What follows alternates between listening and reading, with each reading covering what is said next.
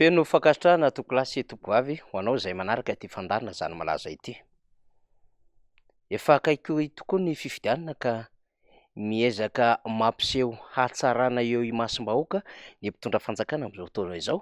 ary tsy matory andro tsy matory alina manao mpimaso amin'ny vahoaka malagasy. Entina ilazana fa tena manakaiky vahoaka, miasa ho amin'ny vahoaka malagasy ary manao ny ainy tsy ho zavatra manoloana ny fahasahiranana amin'ny vahoaka malagasy. Fa tsy draba na pahana tsy mahita ny zava-misy akory ny vahoaka malagasy, na dia any ambany ravinkazo, any ambany volo lavitra any ary, na dia amina toerana izay heverina fa lavitra sy ratsy ny lalana ka tsy ahafahana manao fifamoivoizina manakaiky vahoaka, dia mba mahatsapa ihany ny amin'ny hoe efa taona tsy hita izay vitan'ilay fitondram-panjakana fa fampahoriana sy fampijaliana, fampahatrana, famoretana ary tsy fahafahana na tsy fahamezam-pitenenana ny vahoaka malagasy mba hanio heviny natao. Kanefa rehefa akaiky ilay fifidianana dia miseho tsara fanahy, miseho manakaiky vahoaka ary milaza, mitondra sy manambara amin'izay mety hoe programan'asany sy fahavononany anakaiky sy hikarakara izany vahoaka malagasy izany ny filoham-pirenena amin'izao fotoana izao.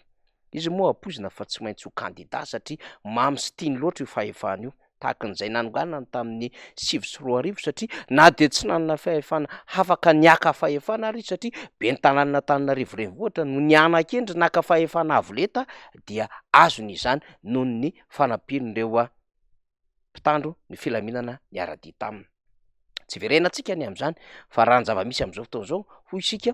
dia manao mpimaso, miezaka manatsara vatana sy manatsara resaka imasom-bahoaka ary na amin'ny fomba ahoana na amin'ny fomba ahoana isehonika ihany Rajoelina dia ataony izany. Tsy taintsaintsika intsony ny hoe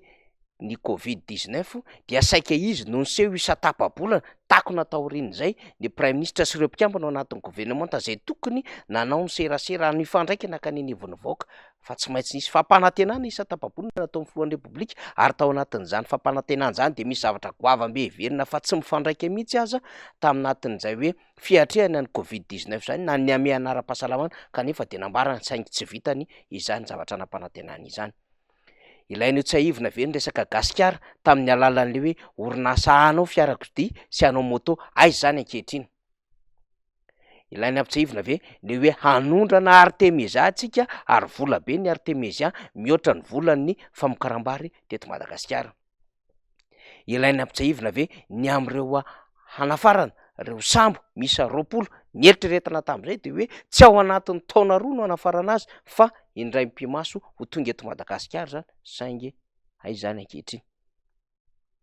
Ilaina tsy haivina ve ny resaka digitalisation, resaka karaha-boky tamin'ny biometrika, ny resaka fanomezana ireo masinina izay informatika iasan'ireo fokontany isan'isany manerana Madagasikara. Maro be tsy tambo isaina raha ohatra ka fampanantenana nataon'ny filohan'ny Repoblika nandritry ny fotoana izay niresahany isatapa-bolana ho an'ny vahoaka malagasy nandritry ny Covid-19. Ny foto-drafitr'asa lehibe tamin'ny alalan'ny plan Marshall sy ireo fampilendalendaina zavatra maro izay mety tsy ho vita nanantona vahoaka dia tsy ho resahantsika intsony izany rehetrarehetra izany. Dia reny rehetrarehetra reny misy endrika fampelezan-kevitra satria ny fampanantenana vaovao dia midika izany fa misy hevitra ahelindray manoloana an'ilay vahoaka malagasy, kanefa efa nisy fampanantenana mialoha an'izany rehetrarehetra izany nandritry ny fotoana ny fampelezana hevitra izay kirotsahan' hofidiana filohan'ny Repoblika. Ireny anefa dia mbola marobe ny tsy tanteraka raha toa ka iverenina ny flyover, raha toa ka iverenina ny voie rapide, ny tanamasoandro, ny resaka coton de Tuliara, ny resaka fitaovam-piadiana izay omenan'ny tafika, ny helikoptera, ny resaka fiarakodia mandeha ambony rano, mandeha tendrombohitra, ny drone, ny pusin'omby sy ny sisa maro tsy voatanisa, tsisy tanteraka izany mandrakity ny androany. Dia izay ahafahana mampiseho, izay ahafahana manambara fa izy ny filohan'ny Repoblika ary hanao zavatra lehibe hitondra teny fampanantenana indray, ary amin'ny fotoana izay tokony ny hafa aza no misehatra n'ilay andraikitra dia ilay filohan'ny Repoblika misy miditra an-tsehatra satria izay azy no tena fiainana ara-politika dia ny atao hoe propaganda mandava-taona. Na amin'ny loza voajanahary io, ny projet maro samihafa,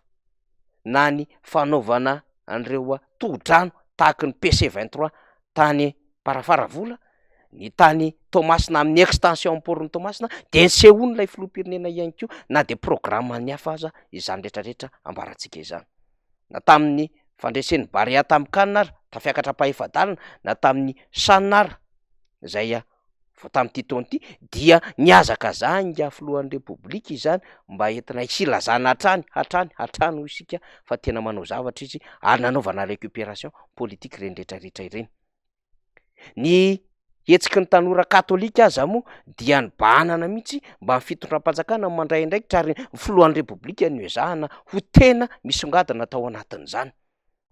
Hatramina fanamboaran-dalana efa natomboky ny fitondrana teo aloha de mibanana ihany koa amin'ny filohan'ny repoblika na rokady io na resaka route RN5A sy ny sisa ka raha misy sehatra ahafahana miseho dia nisehony ny filohan'ny repoblika. Zay ny antsika ilazana fa propagande mandavataona ny an'ilay filoham-pirenena ary mbola mitohy tamin'ity androany ity na tamin'ny Omaly sy Fakomaly, tany Toliary sy tany Morombe zany rehetrarehetra izany, ka ny fika de fika anantitra eny ihany kanefa de tsy misy fiantraikany izany rehetrarehetra izany raha ny efa faneho-kevitra zay nataon'ireo mpaneho-hevitra rehetrarehetra betsaka amin'ny fandaniam-bola sy mifetsiketsehana kanefa tsy misy fiantraikany amin'ny vahoaka, hoy ny FFKM, hoy ny KMF Knoe. Inefficace, inefficient, averimberintsika hatrany izany raha ny faneho-kevitra navoaka ny gazety vahiny ihany koa zay nilaza zava-misy eto Madagasikara. Zany hoe sady tsy ahita-pahombiaza no fandaniam-bola kanefa tsisy vokany ihany koa. Zany rehetrarehetra izany de entina ilazana fa tsy nitsahatra nanao fampelezan-kevitra ny filoham-pirenena. Eritrereto manko de hoe ny fisehoana ahafahana mibango zavatra anankiray na mibata zavatra anankiray zay tsy ahafahan'ny hafa miseho fa izy no miseho dia nijoroany zany. Mizara karazana kit solaire, mizara sakafo mafana, mizara fanomezana kely samy hafa ka raha vary tamin'ny sase, raha vary tamin'ny gony 5 kilao na vary tamin'ny gony 10 kilao mba nampiakarina ray gony izany, menaka kely litatra ray nampiakarina ambonimboniny zany satria efa manakaiky ny fotoana fampelezan-kevitra ka ampitombona ny fanomezana makany amin'ny vahoaka. Fa maro amin'ireny fanomezana ireny ihany koa no avy any amin'ny volony iraisam-pirenena tahaka ny PAM, ny UNICEF, ny PNUD sy ny sisa ka na de efa misy marika manambara an'ireny ary fanomezana avy amin'ny mpiara-miombona antoka Madagasikara ireny de ny filohan'ny repoblika mihitsy no mila miseho mizara izany ary miezaka milalao ny serasera ara-politika makany anivon'ilay vahoaka fa izy ny tena mitsinjo vahoaka ary izy ny ray aman-dreny. Kanefa fantatry ny rehetra fa avy amin'ny mpiara-miombona antoka Madagasikara izany, na ny helikoptera mitondra azy ary de helikoptera avy amin'ny mpiara-miombona antoka Madagasikara. Misy lalan-tsaina hafa mihitsy mibaiko an'ilay filohan'ny repoblika mitondra fanjakana. Ka rehefa mandinika ny zavatra iainan'le filohan'ny repoblika sy n'ilay fisesehoana amin'izao fotoana izao ka miaina ny fanjakana lasa tany aloha tany tamin'ny andro filoha Marc Ravalomanana, tamin'ny andron'Andriamatoa Zafy Albert, tamin'ny andron'Andriamatoa Deratsiraka na andron'ny Dadabe Tsiranana dia tsy nahitana an'izany ary vao marina tokoa le hoe zay tsy nataon'ny olona tao anatin'ny 80 taona nataon'izao fitondram-panjakana izao. Fa fisesehoana sy fidedy hafana mibetsaka kanefa fahantranana ny tao ambadika izany rehetrarehetra izany ary afa baraka eo amin'ny sehatra iraisam-pirenena Madagasikara zay saiky mitazona ny laharany gisitra hatrany amin'ireo ny kolikoly, ny fahadiovan'ny tanàna, ny rivotra iainana sy ny resaka tontolo iainana zany, ny resaka fanondranana tsokosoko amin'ireo biby na amin'ny alalan'ireo azo sarobidy na amin'ny alalan'ireo vatosoa sy ny volamena sy ny sisa de lola arana any migisitra hatrany Madagasikara. Zany rehetrarehetra zany ny ao ambadika ilay fisesehoana ataon'ilay fitondram-panjakana, tsy fahafehezana, tsy fifehezana ny fiainana anatin'ilay firenena. Ankatsigaga isika raha ohatra ka tany sain'ny vaovao ny sehatra iraisam-pirenena ny toerana magisitra, ny toerana mahafeno fahafambaraka ho an'ity Madagasikara ity. Fa mila tsy haivina ve ny amin'ny hoe inavy ireo zavatra tsy vita ny fitondram-panjakana. Tsara manko ny manamarika fa tsy ny zava-bita ihany no hitsarana ny fitondram-panjakana fa ny zavatra tsy vita ihany koa. Ka raha atao anatin'izay fandanjana izay ny zavatra vita sy ny tsy vita ny fitondram-panjakana dia ny zavatra tsy vita no betsaka ary mafiasa-danja ao anatin'izao rehetrarehetra izao. Tsy manam-potoana hitanisana izany tsika satria na hariva ary zany ny andro tsy ho vitantsika ny hitanisa izany satria mitovana amina pejy marobe izany zavatra tsy vita ny fitondram-panjakana izany. Tsy ny tao anatin'ny fampelezan-kevitra fa tao anatin'ny efa taona mahery ny tantanany amin'ny firenena. Ka raha miseho izy amin'izao fotoana izao ho Samaritana tsara fanahy, mizara ny kilalao an'ny Samaritain Perse, na miseho izy amin'izao fotoana izao ho Messia ho an'ny Madagasikara, na miseho izy amin'izao fotoana izao ho filoham-pirenena mam-bahoaka mitsinjo vahoaka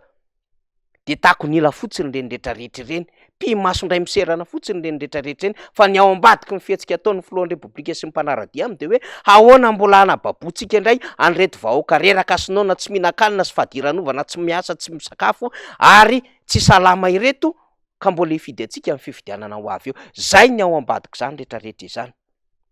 Ny complice na mipiraitsy kombakomba amin'izy ireo de ny androm-panjakana mitazona ny lalam-pandrenona kanefa minimikipy manoloana ny fanitsahan-dalàna ataon'le fitondram-panjakana amin'izany zavatra rehetra rehetra ny tany saitsika izany. Ny complice na mipiraitsy kombakomba amin'izy ireo de ireo izay mieritreritra fa misy zavatra tsy ara-dalàna maro be ary mampijaly vaoaka atao amin'le fitondram-panjakana kanefa minitsy miteny manakombana ny vavany eo anatrehan'izany zavatra rehetra rehetra tany saitsika izany. Ka na de efa misy aza ny fotoana tokony hanaovana fampilezan-kevitra amin'ny famaritana ny lalàna, ny seniny tokony hamoaka izany de efa lasa meloa nandritry ny efa taona Andriamatoa Andry Rajoelina sy ny mpiaradia aminy kanefa na izany ary miazakazaka tratra miadana eny satria amin'izao fotoana izao misongadina any antokotiko Madagasikara amin'izay rehetra toerana alehana ary manantona azy ny vahoaka. Miantso an'Andriamatoa Marc Ravalomanana amin'ny iverenany amin'ny fanjakana ny vahoaka malagasy ary betsaka amin'ny fitarainana tonga sy ny fitotoana tany amin'ny hoe tsy amerina, tsy hifidy ary tsy mila ny Rajoelina sy ny firongontsony hiverina ao anatin'ny fitantanana ny firenena. Izany rehetra rehetra zany no miseho dia fivoahan'ny feo tsy fanekena intsony ny fampijaliana, fampahoriana ataon'ny vahoaka malagasy ka miseho amin'ny endriny mafy be rehefa mivoaka ao anatin'izay geja izay ny vahoaka malagasy. Inona fa indray lesona tamin'izay efa taona ny ainana izay ny vahoaka malagasy ankehitriny ka haka fanapahan-kevitra fa tsy ho semban'ilay hoe vary ray vilia, vary ray sotro be, ranona mpangosendranan-dalo na ihany koa menaka ray zerikanina na ihany koa vary ray gony. Zay tokony afanjaran'ny vahoaka malagasy hatramin'izay fa ny fihin'le fitondram-panjakana nanaovany cadence ara-politika arak'izay tiany nanaovana azy fa rehefa tonga ny fampilezan-kevitra de izy indray miseho mody mandroso vahaolana miazakazaka amin'ny tsinjo vahoaka de fihinana tsy afaka mihetsika ny hafa hidina amin'ny lakile ary hakatona ny vava amin'ny alalan'ny herim-pamoretana ampiasaina amin'ny tandro filaminana mba tsy hilahatra amin'ny fitondram-panjakana ny antoko politika matanjaka tahaka ny timma izany. Foto-kevitra politika mirefarefa amin'ny tany izany ary olona tsy manana etika no miezaka mampanjaka izany ao anatin'ny tany mazava izay miaina ny demokrasia sy ny foto-kevitra republikanina.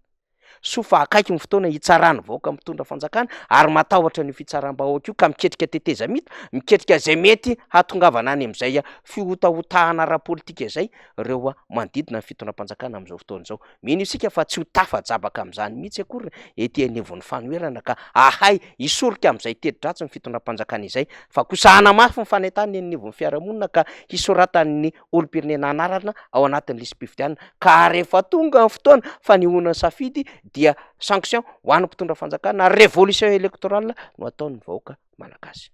Akaiky ny fotoana ary mila hijoroana zany araka ny teny filoha Marc Ravalomanana fa mbola misy ny farany tsy ho foana no fanantenana izany no mibaiko ny antokotiko Madagasikara. Zay hamelona indray ny fanantenana le olona reraka sy sahirana ary tivy amin'izao fotoana izao satria betsaka amin'ny mamono tena, betsaka amin'ny vary zanaka, betsaka amin'ny manary zanaka ary misy ihany koa ny mitsoka n'ity Madagasikara ity kanefa dia rendrika reny samy kely mitondra azy ireny tahak'izay nitranga tany avaratry ny nosy. Maka hery azy ireny tsika menakavy fa mbola eto hiara hiady hiaretolona tsy hamela ny vahoaka malagasy amin'izao toerana misy azy izao. Zany zava-misy, zany malaza, makasitraka tompolahy, makatelina tompom-bavy.